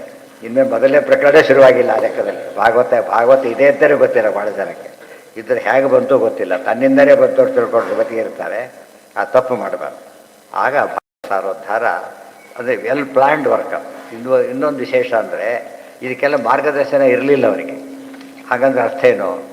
ಅಂಥ ಗ್ರಂಥಗಳು ಇರಲಿಲ್ಲ. ಆಗ ಮಾಡೋದು ಭಾರಿ ದೊಡ್ಡದು. ಇದಕ್ಕೆಲ್ಲ ಮುಖ್ಯ ಪ್ರೇರಣೆ ಅಣುಭಾಷ್ಯ. ಇಡೀ ಬ್ರಹ್ಮಸೂತ್ರದ ಸಾರವನ್ನು ಹೇಳ್ತಾರೆ 32 ಶ್ಲೋಕದಲ್ಲಿ. ಅದು ದೊಡ್ಡ ಆದರ್ಶ. ಆ ಲೆಕ್ಕದಲ್ಲಿ ಆಚಾರ್ಯ ಮಾಡಿದರೆ ಕೆಲಸಗಳೇ ಇಲ್ಲ ಅಂತ ಹೇಳೋದಕ್ಕೆ ಸರ್ವಮೂಲ ಗ್ರಂಥಗಳು ಎಷ್ಟು ದೊಡ್ಡ ಗ್ರಂಥಗಳು ಉಪಕಾರ ಮಾಡಿವೆ ಅಂತ ಗೊತ್ತಾಗುತ್ತೆ. ಅಲ್ಲಿಗೆ ಮುಗಿದು ಕೊನೆಗೆ ಓದ್ತಾ ಇದ್ದೀವಿ. ಉಪಸಂಹಾರ ಪ್ರಕರಣ, ಅದೊಂದು ಪ್ರಕರಣ. ಯೈದಂ ಅನುಶೃಣೋತಿ ಶ್ರಾವಯೇದ್ವಾ ಮುರಾರೇಹೇ ಮುಂದೆ ಚರಿತಂ ಅಮೃತಕೀರ್ತೇ ವರ್ಣಿತಂ ವ್ಯಾಸಪುತ್ರೈ. ಸ್ವಾರಸ್ಯ, ವ್ಯಾಸಪುತ್ರ ಏಕವಚನ ಇರಬೇಕು, ವ್ಯಾಸಪುತ್ರೈ ಅಂತ ಹೇಳಿಬಿಡ್ತಾರೆ. ಇದು ಸ್ವಾರಸ್ಯ. ಎಷ್ಟು ಗೌರವದಿಂದ ನೋಡಬೇಕು ಒಂದರ್ಥ. ಮತ್ತು ವ್ಯಾಸಪುತ್ರ ನಮಸ್ಕಾರ ಮಾಡಬೇಕಾದ್ರೆ ವೇದವ್ಯಾಸರ ಮಾಡಲೇಬೇಕು. ಉಳಿದ ಶಿಷ್ಯರು ಸಮಾನರೆಲ್ಲ ಗೌರವಿಸಲೇಬೇಕಾದ್ರೆ ಇನ್ನು ಬಿಟ್ಟು ವಾಯುದೇವರು ಒಂದೇ ಬರ್ತಾರೆ. ಆದ್ದರಿಂದ ಮನಸ್ಸಲ್ಲಿ ಇಟ್ಕೊಂಡು ಹೇಳೋದು ಇಷ್ಟು ವ್ಯಾಸಪುತ್ರ ಬಹುತ್ವಂ ಆದ್ಯರ್ಥೆ. ವ್ಯಾಸಪುತ್ರಾದಿಕಾನ್ ಅಂತ ಹೇಳಿಬಿಟ್ರೆ ಎಲ್ಲ ಬೋಧೋಯ್ತಾರೆ, ಅವರೆಲ್ಲರಿಂದ ಬಂತಿದೆ. ಜಗದಹ ಭಿದಬಲಂ ಜಗದಹ ಭಿದಲಂ ತದ್ಭಕ್ತ ಕರ್ಣಾವತಂಸಂ ಭಗವತಿ ಕೃತ ಚಿತ್ತೋ ಯಾತಿ ತಕ್ಷೇಮಧಾಮ. ಜಗದಖಲ ಪರಮಾತ್ಮನ ಮಹಿಮೆ ಎಂಥದ್ದು ಅಂದರೆ ಜಗದಘ ಭಿತ್ ಅಲಂ, ಜಗದಘ ಭಿತ್, ಒಬ್ಬೊಬ್ಬರು ಪಾಪ ಕಡೆ ಇಡೀ ಜಗತ್ತಿನ ಪಾಪವನ್ನೇ ಕಡಿತಾನೆ ಪರಮಾತ್ಮ. ಗಂಗಾ ನದಿ ಎಷ್ಟು ಜನ ಸ್ನಾನ ಮಾಡಿದ್ರೆ ಏನಾಗಿದೆ, ಅದು ಎಷ್ಟು ಎಷ್ಟು ಕೋಟಿ ವರ್ಷ ಆಗಿದೆ, ಇನ್ನು ಎಷ್ಟು ಕೋಟಿ ವರ್ಷ ಇರುತ್ತೆ ಅರ್ಥ ಮಾಡಿಕೊಂಡ್ರೆ ಅದು ನಿತ್ಯ. ತದ್ಭಕ್ತ ಕರುಣಾವತಂಸ, ಅವ್ರ ಭಕ್ತರಿಗೆ ಅತಿ ಮುಖ್ಯವಾದದ್ದು ಕಿವಿಗೆ ಆಭರಣ ಹಾಕಿಕೊಳ್ಳೋ ತತ್ವ ಸುವಾಲಿ ಅರ್ಥ ಬರುತ್ತೆ ಇದರಲ್ಲಿ. ಸುವಾಲಿ ಅಂತ ಹೆಸರಿಟ್ರು. ಸುವಾಲಿ ಅಂದ್ರೇನು? ಕಿವಿ ಕನ್ನಡಾಭರಣ ಯಾಕೆ ಹಾಕೋತಾರೆ ಗೊತ್ತಾ? ಯಾರು ಕೂಡ ಬೆಳ್ಳಿದು ಹಾಕ್ಕೊಳ್ಳೋದಿಲ್ಲ. ಯಾವ್ದು ಹಾಕೋತಾರೆ? ಸುವರ್ಣದ್ದೇ ಹಾಕ್ಕೊಳ್ಳೋದು. ಅಂದರೆ ಯಾವಾಗಲೂ ಸುವರ್ಣ ಕಿವಿ ಬೀಳ್ತಿರಲಿ ಅಂತ ಹಾಕ್ಕೊಂಡಿರೋದು. ಸುವರ್ಣ ತೋರಿಸ್ಕೊಂಡು ಓಡಾಡಿದ್ರಲ್ಲ, ಸುವರ್ಣ ಕಿವಿ ಬೀಳಬೇಕು ಅಂತ ಲಕ್ಷಣ ಅದು. ಅದಕ್ಕೆ ನಮಗೆ ಯಾವ ಸುವರ್ಣ ಅಂತ ಕೇಳಿದ್ರೆ ತುಳಸಿ ಇಟ್ಕೋಬೇಕು ಕಿವಿಯಲ್ಲಿ. ತುಳಸಿ ಶಬ್ದಕ್ಕೆ ಹರಿಕಥಾಮೃತದಲ್ಲಿ ಹೇಳಿದ್ದಾರೆ ಏನಂತ ಗೊತ್ತಾ? ಶಾಸ್ತ್ರಾಲಾಪನವೇ ಶ್ರೀ ತುಳಸಿ. ಯಾವಾಗಲೂ ಶಾಸ್ತ್ರಗಂತ ಕೇಳ್ತಿದ್ದೆ ಅದು ಏನದು ತುಳಸಿ ಕಿವಿಯಲ್ಲಿದೆ ಅಂತ. ಆ ತುಳಸಿಗೆ ಅಷ್ಟು ಟಾಪ್ ಪ್ರಯಾರಿಟಿ ಕೊಟ್ಬಿಟ್ಟಿದ್ದಾರೆ. ತುಳಸಿ ಹೇಗೆ ದೇವ್ರ ಪೂಜೆಗೆ ಆಗತ್ತೆ, ಸಾಧನೆ ಪಾಠ ಪ್ರವಚನ ಹಾಗಾಗತ್ತೆ, ಎಲ್ಲ ನಡೆಯುತ್ತೆ. ಸ್ಕೂಲಲ್ಲಿ ಕ್ಲಾಸಸ್ಸೇ ನಡೆಯೋದ್ರಿಂದ ಏನು ಉಪಯೋಗ ಅದರಿಂದ? ಜನ ಪೋಷಕರೇ ಗಲಾಟೆ ಮಾಡ್ತಾರೆ, ಏನು ಪಾಠ ಕ್ಲಾಸ ನಡೀತಾ ಇಲ್ವಾ ಅಂತ ಕೇಳ್ತಾರೆ. ಹಾಗಾಗಬಾರ್ದು. ಅದಕ್ಕಾಗಿ ಕರುಣಾವತಂಸ. ಬಾಯಿಗೆ ಆಭರಣ ಅಂತ ಹೇಳಿದರೆ ಸುವರ್ಣ, ಗೊತ್ತಾಯ್ತಾ? ಸುವರ್ಣ ಅಂದರೆ ಪಾಠ ಪ್ರವಚನ ಮಾಡೋದು, ಗೊತ್ತಾಯ್ತಾ? ಮೂಗಿಗೆ ಆಭರಣ ಅಂತ ಕೇಳಿದರೆ ಮತ್ತೆ ಹಾಕೋತಾರೆ. ಯಾತಕ್ಕೆ? ನಿರ್ಮಾಲ್ಯ ಆಗ್ರಹಣೆ ಮಾಡೋದಕ್ಕೋಸ್ಕರ. ಕಿವಿಗೆ ಆಭರಣ ಕೇಳೋದು, ಕಣ್ಣಿಗೆ ಆಭರಣ, ಭೂಷಣಕ್ಕೆ ಭೂಷಣ, ಇದು ಭೂಷಣ ಎಕ್ಸ್ಟೆಂಡ್ ಮಾಡ್ಕೊಂಡ್ಬಿಡು ಶ್ರೀಪಾದರಾಜರು, ಎಲ್ಲದಕ್ಕೆ ಸೇರಿಸಿ ಹೇಳ್ಬಿಡ್ತಾರೆ. ಭೂಷಣಕ್ಕೆ ಭೂಷಣ, ಇದು ಭೂಷಣ. ಯಾವುದು? ನಾಲಿಗೆ ಭೂಷಣ, ನನ್ನ ಶ್ರೀಹರಿಯ ನಾಮ, ಎಲ್ಲದೂ ಸೇರಿಸ್ಬಿಡ್ರ ಒಟ್ಟಿಗೆ. ಇದು ಕಾಲಿಗೆ ಭೂಷಣ, ಏನು ಕಾಲಿಗೆ ಭೂಷಣ ಅಂತ ಕೇಳಿದರೆ ತೀರ್ಥಯಾತ್ರೆ ಮಾಡೋದು, ದೇವಸ್ಥಾನಕ್ಕೆ ಹೋಗೋದು, ನಡೆಯೋದೆಲ್ಲ ದೇವರ ಆರ ಅಂತ ತಿಳ್ಕೊಳ್ಳೋದು, ಅದು ಕೂಡ ಭೂಷಣನೇ. ಈ ರೀತಿ ಭಾಳ ಸ್ವಾರಸ್ಯವಾಗಿ ಅದನ್ನು ನಿರೂಪಣೆ ಮಾಡ್ತಾರೆ. ಅಂದರೆ ಪದ ನೋಡೋದು ಎಷ್ಟು ಮುಖ್ಯನೋ ಅದನ್ನು ಎಕ್ಸ್ಟೆಂಡ್ ಮಾಡ್ಕೊಳ್ಳೋದು ಭಾರಿ ಮುಖ್ಯ. ಎಲ್ಲಿ ಹೋಗ್ತಾರೆ ಕೊನೆಗೆ ಅಂದರೆ ಕ್ಷೇಮಧಾಮ, ಸೇಫೆಸ್ಟ್ ಪ್ಲೇಸು. ಅದು ನಚಪುನರ ಬರ್ತೈತೆ, ನಚಪುನರ ಬರ್ತದೆ, ಇದು ಅಲ್ಟಿಮೇಟ್. ಇದು ಕ್ಷೇಮಧಾಮ ಲಿಂಕ್ ಹಾಕ್ಕೊಟ್ಟಿದ್ದಾರೆ ಗೊತ್ತಾ? ಈ ಶ್ಲೋಕ ಆರಿಸಿದ್ದಾರೆ, ಇದು ಉಪಸಂಹಾರ. ತಂ ಅಹಂ ಅಜಂ ಅನಂತಮಾತ್ಮತಂತ್ರಂ ಜಗದುದಯ ಸ್ಥಿತಿ ಸಂಯಮಾತ್ಮಶಕ್ತಿಂ. ಮತ್ತು ದ್ಯೂಪತಿಭಿ ಅಜಶಂಕರಾದ್ಯೈ ದುರವಸಿತಸ್ತವಮಚ್ಯುತಂ ನತೋಸ್ಮಿ. ತಂ ಅಹಂ ಅಜಂ ಅನಂತಂ ಆತ್ಮತಂತ್ರಂ ಜಗದುದಯ ಸ್ಥಿತಿ ಸಂಯಮಾತ್ಮ ಶಕ್ತಿಂ ದ್ಯೂಪತಿಭಿ ಅಜಶಂಕರಾದ್ಯೈ ದುರವಸಿತಸ್ತವಂ ಅಚ್ಯುತಂ ನತೋಸ್ಮಿ. ದೇವ್ರ ಮಹಿಮೆಗಳೆಲ್ಲ ಕಲೆಕ್ಟಿವ್ ಆಗಿ ಕಲೆಕ್ಟೆಡ್ ಮಾಡಿರ್ತಾರೆ. ತಂ ಅಹಂ ಅಜಂ ಅನಂತಂ ಆತ್ಮತಂತ್ರಂ. ಅಜ ಹುಟ್ಟಿದವನು, ಅನಂತ ಗುಣತ ಕಾಲತ ದೇಶತ ಅನಂತ, ಆತ್ಮತಂತ್ರಂ ಸ್ವತಂತ್ರಂ ಜಗದುದಯ ಸ್ಥಿತಿ ಸಂಯಮಾತ್ಮಶಕ್ತಿ. ಅದೇ ಜನ್ಮಾದ್ಯಸ್ಯ ಯತಃ ಆ ಸೂತ್ರದ ಅರ್ಥ ಬಂತು. ಜಗತ್ತಿನ ಉಪಸ್ಥಿತಿ ಸಂಯಮ ಇದೆಲ್ಲ ಮಾಡ್ತಾನೆ ಆತ್ಮಶಕ್ತಿ, ಸ್ವಂತ ಶಕ್ತಿಯಿಂದ ಮಾಡ್ತಾನೆ, ಇನ್ನೊಬ್ರು ಹೆಲ್ತ್ ತೊಗೊಂಡು ಮಾಡೋದಿಲ್ಲ. ದ್ಯುಪತಿಭಿ ಅಜಸ್ರ ಶಂಕರಾದ್ಯೈ. ದ್ಯುಪತಿಭಿ ಅಜಸ್ರ ಶಂಕರಾದ್ಯೈ. ದ್ಯುಪತಿಗಳು ಅಂತ ಹೇಳಿದ್ರೇನು? ದೇವಪತಿಗಳು ಅಂತ ಒಂದು ಅರ್ಥ. ಇನ್ನು ದ್ಯುಪತಿ ಮುಖ್ಯವಾಗಿ ಬ್ರಹ್ಮವಾಯುಗಳು. ಅವ್ರು ಯಾರು? ಅಜ ಶಕ್ರ ಶಂಕರಾದ್ಯೈ. ಅಜ ಬ್ರಹ್ಮದೇವರು, ಶಕ್ರ ಇಂದ್ರದೇವರು, ಶಂಕರ ರುದ್ರದೇವರು. ಅವರೆಲ್ಲರಿಂದ ಆರಾಧಿತ ದುರವಸಿತ ಸ್ತವಂ. ಸ್ತವ ಅವಸಿತ ಸ್ತವ, ದುರವಸಿತ ಸ್ತವ. ಸ್ತವ ಅಂದರೆ ಸ್ತೋತ್ರ, ಅವಸಿತ ಅಂದರೆ ಮುಗಿಸೋದು. ದುರತೆ ಮುಗಿಸೋಕ್ಕೆ ಸಾಧ್ಯನೇ ಇಲ್ಲ. ಸ್ತೋತ್ರ ಮಾಡ್ತಾ ಇದ್ದಾರೆ, ಎವರ್ ಎಂಡಿಂಗ್, ಅಷ್ಟು ಗುಣ ಇದೆ. ಅಂತಹ ಪರಮಾತ್ಮನನ್ನು ನತೋಹ ಅಸ್ಮಿ, ನಾನು ನಮಸ್ಕಾರ ಮಾಡಿದ್ದೇನೆ, ನಮಸ್ಕಾರ ಮಾಡಿದ ಧನ್ಯೋಸ್ಮಿ ಹೇಳ್ತೇವಲ್ಲ ಹಾಗೆ ನತೋಸ್ಮಿ. ಉಪಚಿತ ನವಶಕ್ತಿಭಿ ಆತ್ಮನಿ ಉಪರಚಿತ ಸ್ಥಿರ ಜಂಗಮ ಪಾಲನಾಯ ಭಗವತಃ. ಅದು ಭಗವತೆ ಅಂತ ಬಿಡಿಸ್ಬೇಕು. ಭಗವತೆ ಉಪಲಬ್ಧಿ ಮಾತ್ರ ಧಾಮ್ನೆ, ಗೊತ್ತಾಯ್ತಾ? ಸುರ ಋಷಭಾಯ ನಮಃ ಸನಾತನಾಯ ಭಗವತೆ ನಮಃ. ಆಮೇಲೆ ಉಪಲಬ್ಧಿ ಮಾತ್ರ ಧಾಮ್ನೇ ನಮಃ. ಸುರ ಋಷಭಾಯ ನಮಃ. ಸುರ ಋಷಭ ಇದು ಹಾಲು ತಂದುಕೊಡಿ ಅಂತ ಹೇಳಿದರು. ಅದಕ್ಕೆ ರುಚಿ ತಂದುಕೊಡಿ, ಬಿಡಿ ಬಣ್ಣ ತಂದುಕೊಡಿ ಹೇಳ್ತಾರ? ಏನಾಗಿದೆ ಅದು? ಹಾಲಿದೆ ಅಂದರೆ ಎಲ್ಲ ಇದೆ ಅಂತಾರೆ. ದೇವರು ಇದ್ದಾರೆ ಅಂದರೆ ಹೇಗಿದ್ದಾನೆ ದೇವರು? ದೇವರಾಗೇ ಇದ್ದಾನೆ ಹೊರತು ಎಂದೂ ದೇವರಾಗಿ ಬರಲಿಲ್ಲ. ದೇವತ್ವ ಹೋಗೋದು ಇಲ್ಲ. ಇಂದ್ರ ದೇವರು ಬಂದರು ಮುಕ್ತಿಗೆ ಹೋಗ್ತಾರೆ, ಬಂದರು ಇದು ಹೋಗದೆ ಹೋದ್ರು ಬಂದಿದ್ದು ಹೌದು. ಆ ದೇವರಿಗೆ ಮಾತ್ರ ಏನೇ ಸತ್ತ, ಅದಕ್ಕೆ ಸತ್ತ ಮಾತ್ರ ಅಂತ ಕರೀತಾರೆ. Very it's existence is total. ಅಥವಾ ಯಾರೋ ಡಾಕ್ಟ್ರು ಬಂದರು ಔಷಧಿ ಕೊಡಬೇಕು, ಮನೆಗೆ ಹೋಗಿ ತರ್ತೀನಿ ಅನ್ಬೋದು. ಏನು ಎಲ್ಲ ಸತ್ತಾಗಿ ಎಲ್ಲ ಇದೆ ಅಂತ ಅರ್ಥ. ಯಾವ ಡಾಕ್ಟ್ರು ತರ್ತಾ ಇದೆ ಕ್ಲಿನಿಕ್ಗೆ ಹೊತ್ಕೊಂಡ್ಬರೋದಿಲ್ಲ. ಏನು ತರೋದಿಲ್ಲ? ಈ ಫಾರ್ಮಸಿ ಇದನ್ನೇ ತರೋದು, ಶಾಪೇ ತರೋದಿಲ್ಲ. ಬಂದು ತರಬಹುದು. ದೇವರಿಗೆ ಎಲ್ಲ ಒಳಗೆ ಇದೆ. ಸತ್ತ ಮಾತ್ರ. ಸೂರ್ಯ ಇದ್ದಾನಷ್ಟೇ, ಏನು ಮಾಡ್ತಿದ್ದಾನೆ? ಎಷ್ಟು ಬೆಳಕು ಕೊಡ್ತಾರೆ, ಎಷ್ಟು ಶಕ್ತಿ ತೋರಿಸ್ತಾರೆ, ಎಷ್ಟು ಅನುಗ್ರಹ ಮಾಡ್ತಾನೆ. ಸೂರ್ಯ ನಾವೆಲ್ಲೂ ಬೆಳಕು ತಂದು ಇಟ್ಕೊಂಡಿದ್ದೀನಿ ಅಂತ ಹೇಳೋದಿಲ್ಲ. ಒಳಗೆ ಭಗವಂತ ಕೊಡ್ತಿದ್ದಾನೆ, ವಾಯುದೇವರು ಕೊಡಿಸ್ತಿದ್ದಾರೆ. ಇಂದು ಅರ್ಥ ಮಾಡಿಕೊಂಡ್ರೆ ಯಾರು ಇದ್ದಾರೆ ಅಂದರೆ ನೋಡೋದಕ್ಕೆ ಅನಿಸುತ್ತೆ. ಸತ್ತ ಏನು ದೊಡ್ಡಷ್ಟಿಗೆ ಅನಿಸುತ್ತೆ. ಇದ್ದಾರೆ ಹೀಸ್ ಟೋಟಲ್. ಅಣುರೇಣು ತೃಣಕಾಷ್ಟ ಪರಿಪೂರ್ಣ ಗೋವಿಂದ.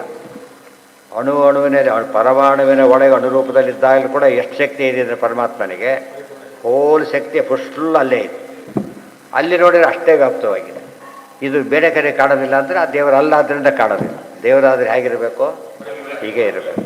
ಅದಕ್ಕೆ ಉಪಲಬ್ಧಿ ಮಾತ್ರ ಧಾಮ್ನೆ ಅಂದರೂ ಒಂದೇ, ಸತ್ತ ಮಾತ್ರ ಅಂದರೂ ಒಂದೇ. ಸುರ ಋಷಭಾಯ ನಮಃ ಸನಾತನಾಯ. ಸುರ ಋಷಭ ದೇವತೆಗಳಲ್ಲಿ ಅತ್ಯಂತ ಶ್ರೇಷ್ಠ. ಋಷಭ ಅಂದರೆ ಶ್ರೇಷ್ಠ ಅಂತ. ಪ್ರತ್ಯೇಕವಾಗಿ ಋಷಭ ಅಂದರೆ ಬಂದರೆ ಎತ್ತು ಅಂತ ಅರ್ಥ. ಪ್ರತ್ಯೇಕವಾಗಿ ಬಂದರೆ, ಸಮಾಸದ ಕೊನೆಯಲ್ಲಿ ಬಂದರೆ ಶ್ರೇಷ್ಠ ಅಂತ. ಅದೇ ರೀತಿ ಪುಂಗವ ಅಂದರೆ ಗೂಡಿ ಅಂತ ಅರ್ಥ. ಮುನಿ ಪುಂಗವ ಅಂದರೆ ಮುನಿ ಶ್ರೇಷ್ಠ ಅಂತ ಅರ್ಥ. ಗೊತ್ತಾಯ್ತಾ? ಮುನಿ ಬೇಕು ಹಾಗೆಲ್ಲ ಅನುವಾದ ಪುಂಗವ ಮುನಿ ಗೂಡಿ ಅಂತ ಅರ್ಥ ಅನುವಾದ ಮಾಡಬಾರ್ದು ಅಲ್ಲ. ಇಷ್ಟೆಲ್ಲ ಹೇಳಿ ಮತ್ತೆ ಒಮ್ಮೆ ನಮಸ್ಕಾರ ಮಾಡಿದ್ರು. ಅಲ್ಲಿಗೆ ಮುಗಿಸಿಬಿಟ್ರು. ಅಲ್ಲಿಗೆ ಆಯ್ತು. ಅಂದರೆ ಕೊನೆಗೆ ಏನು ಉಳಿಯುತ್ತೆ ಕೊನೆಗೆ ಅಂದರೆ ದೇವ್ರು ಸ್ತೋತ್ರ ಮಾಡ್ತಾ ಇರೋದೇ ಅಲ್ಟಿಮೇಟ್. ನಾವೇನು ಮಾಡ್ತಿದ್ದೇವೆ ಸ್ತೋತ್ರ, ಅವಾಗ ಆಗೋ ಮಾಡ್ತೇವಲ್ಲ ಆ ಸ್ತೋತ್ರ ಸಹಜವಾಗಿ ಸರ್ವಕಾಲದಲ್ಲೂ ಮಾಡ್ತಾ ಇರೋದಕ್ಕೇ ಮುಕ್ತಿ. ಮುಕ್ತಿಗೆ ಹೋಲಿಗೆ ಯಾಕೆ ಇಷ್ಟಪಡ್ತಾರೆ ಅಂದರೆ ದೇವ್ರು ಯಾವಾಗಲೂ ಸ್ಮರಣೆ ಮಾಡ್ತಿರುವ ಇದಕ್ಕೋಸ್ಕರ ಹೋಗ್ತಾರೆ. ಹಾಂ, ಮಹಿಪುಂಗವ ಹೇಳೋದು ಎಲ್ಲಿದೆ? ತತ್ಪುರುಷ. ಹೌದು. ಏನಂದ್ರೆ ಶ್ರೇಷ್ಠ ಅಂತ. ಇಷ್ಟು ಮುಗಿಸಿ ನೋಡಿ. ಗ್ರಂಥ ಮಂಗಳಾಚರಣೆ ಜಾಸ್ತಿ ಮಾಡೇ ಇಲ್ಲ ಅವರು. ಒಂದು ಶ್ಲೋಕ ಅಷ್ಟೇ ದೊಡ್ಡ ಗ್ರಂಥಕ್ಕೆ. ಅಂದರೆ ಅವ್ರ ಉದ್ದೇಶ ಏನಿತ್ತು ಅಂದರೆ ವಿಷಯ ಹೇಳೋದಾಗಿತ್ತೆ ಹೊರತು ಬೇರೆ ಇರಲಿಲ್ಲ. ಸ್ತೋತ್ರ ಹೇಳಬೇಕಾದ್ರೆ ಏನು ಸ್ವಸ್ತಿ ಶ್ರೀರಸ್ತುಮೆ ಶಸ್ತಂ ನಿಸ್ತುಲಾತ್ ಪುನಃ ವಸ್ತುನೋ ಅವಸ್ತುನೋ ನಿತ್ಯಂ ಸಮಸ್ತ ವ್ಯಾಸಯೋಗತಃ ಸಮಸ್ತ ವ್ಯಸ್ತಯೋಗತಃ. ಸ್ವಸ್ತಿ ಶ್ರೀರಸ್ತುಮೇ, ನನಗೆ ಮಂಗಳವಾಗಲಿ, ಭಗವಂತನಿಂದ ಅನುಗ್ರಹವಿರಲಿ. ಶಸ್ತ್ರ ಯಾವ ಮಂಗಳ ಆಗಬೇಕು ಅಂತ ಹೇಳಿದ್ದಾರೆ ಶಾಸ್ತ್ರ, ಆ ಮಂಗಳ ಆಗಲಿ. ಎರಡನೇದು ಎಂಥದ್ದಾಗಿ ನಿಸ್ತುಲ, ಇನ್ಕಂಪೇರಬಲ್ ಆಗಬೇಕು. ತುಲ ಅಂದರೆ ಅತುಲ, ಕಂಪ್ಯಾರಿಸನ್ನೇ ಇಲ್ಲ. ಶ್ರೇಷ್ಠವಾದಂಥ ಮಂಗಳವಾಗಲಿ. ಯಾರಿಂದ ಆಗಲಿ? ನಿಸ್ತುಲ, ಯಾರಿಗೆ ಕಂಪ್ಯಾರಿಸನ್ ಮಾಡೋಕ್ಕೆ ಬರೋದು ಅವನಿಂದ ಆಗಲಿ. ಲಕ್ಷ್ಮೀಕಾಂತ ಸಮಂತೋಪಿ. ಪುನಃ ಮತ್ತೇನ ಪುನಃ ಆಗ್ತಾ ಇರಲಿ. ವಸ್ತುನೋ ಅವಸ್ತುನೋ ನಿತ್ಯಂ ಸಮಸ್ತ, ಮತ್ತೆಲ್ಲದಕ್ಕೆ ಆಗ ನನಗಾಗಲಿ. ಎಲ್ಲ ವಸ್ತು ಅವಸ್ತುಗಳಿಗೂ, ವಸ್ತುಗಳು ಅಂತ ಹೇಳಿದ್ರೇನೋ ಸದಾಕಾಲದಲ್ಲಿ ಇರ್ತಕ್ಕಂಥ ಪದಾರ್ಥಗಳು. ಅವಸ್ತು ಅಂದರೆ ನಿತ್ಯ ಅನಿತ್ಯ. ನಿತ್ಯ ಅನಿತ್ಯ ಅವ್ರ ಪ್ರಕಾರ ಸುಳ್ಳು ಸತ್ಯ ಅಲ್ಲ. ನಿತ್ಯ ಪದಾರ್ಥಗಳಿಗೂ ಅನಿತ್ಯ ಪದಾರ್ಥಗಳಿಗೂ ಪರಮಾತ್ಮ ನಿತ್ಯದಲ್ಲೂ ಏನು ಮಾಡ್ತಾನೆ ಅದು ಆಗಲಿ. ವಸ್ತು ಅಂದರೆ ಪರಮಾತ್ಮ, ವಾಸನಾದ ವಸ್ತು ಹೇಳಿ. ಅದು ಯಾವ ಕಾಲಕ್ಕೂ ಸ್ವಾತಂತ್ರ್ಯ ಒಂದೇ ರೀತಿ ಇದ್ದರೆ ವಸ್ತು. ಉಳಿದವಳು ಬರೀ ಇರುವಿಕೆ. ದೇವರು ಸ್ವತಂತ್ರವಾಗಿರಬೇಕು, ಅಲ್ಲಿ ವಿಶೇಷಾಂಶ ಇದೆ. ಮಹಾಲಕ್ಷ್ಮಿ ವಸ್ತು, ಸದಾಕಾಲ ಇದ್ದಾರೆ, ಮಹಾಲಕ್ಷ್ಮಿಯಾಗೇ ಇದ್ದಾರೆ. ಅಸ್ವಾತಂತ್ರ್ಯ ಇದೆ. ದೇವ್ರ ವಸ್ತು ಅಂದರೆ ಅದು ಆ ಲಿಮಿಟು ತೆಗೆದುಬಿಡ್ಬೇಕು. ಅವಸ್ತುನೋ ನಿತ್ಯಂ ಸಮಸ್ತ ಯೋಗತಃ. ಅದು ದೇವರು ಎಲ್ಲರಿಗೂ ಒಂದೇ ರೀತಿ ಕೆಲಸ ಮಾಡ್ತಾರೋದ್ರೆ ಅಲ್ಲ. ಅದು ತತ್ವಸಂಖ್ಯಾನದ ಕೊನೆಯ ಮಾತು. ಸಮಾಸ ವ್ಯಾಸಯೋಗತಃ ಪದ ಇಟ್ಟಿದ್ದಾರೆ. ಕೆಲವರಿಗೆ ಮಹಾಲಕ್ಷ್ಮಿಗೆ ಏನು ಮಾಡಬೇಕಾಗಿದೆ, ಜ್ಞಾನ ಎಲ್ಲ ಇದೆ ಅವರಿಗೆ, ಆದರೆ ನಿಯಮನ ಮಾಡ್ತಾರೆ. ಗೊತ್ತಾಯ್ತಾ? ಆನಂದ ಹೋದರೆ ಅವೆಲ್ಲ ಮಾಡ್ತಾರೆ. ಅವ್ರಿಗೆ ಈ ರೀತಿ ಹುಟ್ಟು ಸಾವು ಪ್ರಶ್ನೆ ಬರೋದಿಲ್ಲ ಅಂದರೆ ಮುಗಿದೋಯ್ತು. ರುಜುಗಳಿಗೆ ಎಂಥದ್ದು ಮಾಡ್ತಾರೆ ಅಂದರೆ ಅವ್ರಿಗೆ ಹೆಸರಿಗೆ ಲಿಂಗದೇ ಹೇರ್ಬೇಕು, ಆ ರೀತಿ ಮಾಡ್ತಾರೆ. ಉಳಿದವರಿಗೆಲ್ಲ ಸಡಿಲ್ ಆಗಿರುತ್ತೆ, ಆ ಥರ ಮಾಡ್ತಾರೆ. ಅದೆಲ್ಲರಿಗೂ ಅಯೋಗ್ಯರಿಗೆ ಜ್ಞಾನ ಕೊಡೋ ಚಾನ್ಸೇ ಇಲ್ಲ, ಆದರೆ ಅಜ್ಞಾನ ಕೊಡ್ತಾನೆ. ಯೋಗ್ಯರಿಗೆ ಜ್ಞಾನ ಕೊಡ್ತಾನೆ. ಇವೆಲ್ಲ 8 ಕೂಡ ಕೊಡ್ತಾನೆ ಅಂತ ಹೇಳಿದರೆ ಎಲ್ಲರಿಗೂ ಒಂದೇ ರೀತಿ ಮಾಡ್ತಾನೆ ಅಂತ ಅರ್ಥ ಅಲ್ಲ. ಮಾಡ್ತಾರೆ ಅದಕ್ಕೆ ತತ್ತದ್ಯೋಗ್ಯ, ತತ್ತದ್ಯೋಗ್ಯವಾದ ಕೆಲಸಗಳನ್ನು ಮಾಡ್ತಾನೆ. ಇದೆಲ್ಲ ಇವ್ರು ಯಾರು ಯಾಕೆ ಬರೀಲಿಲ್ಲ ಅಂದರೆ ಜೈತೀರ್ಥ ಎಲ್ಲ ಬರೆದು ಹಾಕಿಬಿಟ್ಟಿದ್ದಾರೆ. ಸಮಾಸ ವ್ಯಾಸಯೋಗದ ಪದದೊಳಗೆ ಎಷ್ಟು ಅರ್ಥ ತುಂಬಿಸಿದ್ದಾರೆ ಅಂದರೆ ಆಚಾರ್ಯರು ಅದನ್ನೆಲ್ಲ ಹೊರಗೆ ಹಾಕಿದ್ದಾರೆ. ಅಷ್ಟು ಹೇಳಿ ಆ ಗ್ರಂಥ ಮುಕ್ತಾಯ ಮಾಡ್ತೀವಿ. ಯಾಕೆ ಬರೆದ್ರಿ ಅಂತ ಪ್ರಶ್ನೆ. ಯಾಕೆ ಬರಬೇಕು? ಯಾವುದು PhD-ಗೋಸ್ಕರ ಬರೋದಿಲ್ಲ, PhD ಓದಿ MA-ಗೋಸ್ಕರ ಬರದೆ, ಯಾರೋ ಕೇಳಿದ್ರು ಏನೋ ಕಾರಣ ಕೊಡ್ತೇವೆ, ಅಥವಾ ಹೆಸರು ಬರುತ್ತೆ ಅಂತ ಕೊಟ್ಟೆ. ಏನು 90 ವರ್ಷ PhD ಮಾಡಿದವರು ಗೊತ್ತಾ ನಿಮಗೆ? 90 ವರ್ಷ PhD ಮಾಡಿ ಮುಗಿಸಿದಾರೆ, ಬಿಟ್ಟಿಲ್ಲ. ಮತ್ತು ಒಳ್ಳೆ ರೀತಿಯಲ್ಲೇ ಮಾಡಿದ್ದಾರೆ. ಇದು ಭಾಳ ಆಶ್ಚರ್ಯ. ನೋಡಿದ್ದೀರಿ ಅವ್ರನ್ನ, ಇತ್ತೀಚೆಗೆ ಹೋದ್ರವರು. ಅದು ಏನು ಒಳ್ಳೆ ಜ್ಞಾನ ಅಷ್ಟೇ.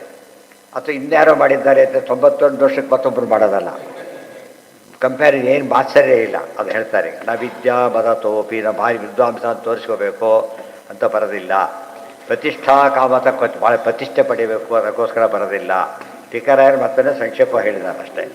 ಕಿಂತು ಶ್ರೀ ಹರಿಪಾದಾಬ್ಜರತಿ ಸ್ಯಾದಿತ್ಯಯಂ ಶ್ರಮ. ಪರಮಾತ್ಮನ ಹೆಚ್ಚೆಚ್ಚು ಭಕ್ತಿ ಆಗಲಿ. ಈ ಥರ ಮಾಡ್ಕೊಂಡ್ರೆ ಏನಾಗುತ್ತೆ ಅಂದರೆ ನಾವೇ ಇನ್ವಾಲ್ವ್ ಮಾಡ್ಕೊಂಬಿಡೋದು. ಗ್ರಂಥ ಬರಿತೇವೆ ಅಂತ ಹೇಳಿದ್ರೆ ಅಷ್ಟು ಮಾಡೋದಕ್ಕೆಲ್ಲ ತಯಾರು ಮಾಡ್ಕೋಬೇಕಲ್ಲ. ಈಗ ಅಡುಗೆ ಆಯಿತು ಅಂದರೆ ಎಲ್ಲ ವ್ಯವಸ್ಥೆ ಆಗಬೇಕಲ್ಲ. ಆ ರೀತಿ ಆಗಲಿ ಅಂತ ಮಾಡಿದ್ದೆ ಹೊರತು ಇನ್ಯಾವ ಕಾರಣಕ್ಕೂ ಮಾಡಿದ್ದಲ್ಲ. ಆತ್ಮೋದ್ಧಾರ ಲೋಕೋದ್ಧಾರ ಬಿಟ್ಟರೆ ಬೇರೆ ಉದ್ದೇಶ ಇಲ್ಲ.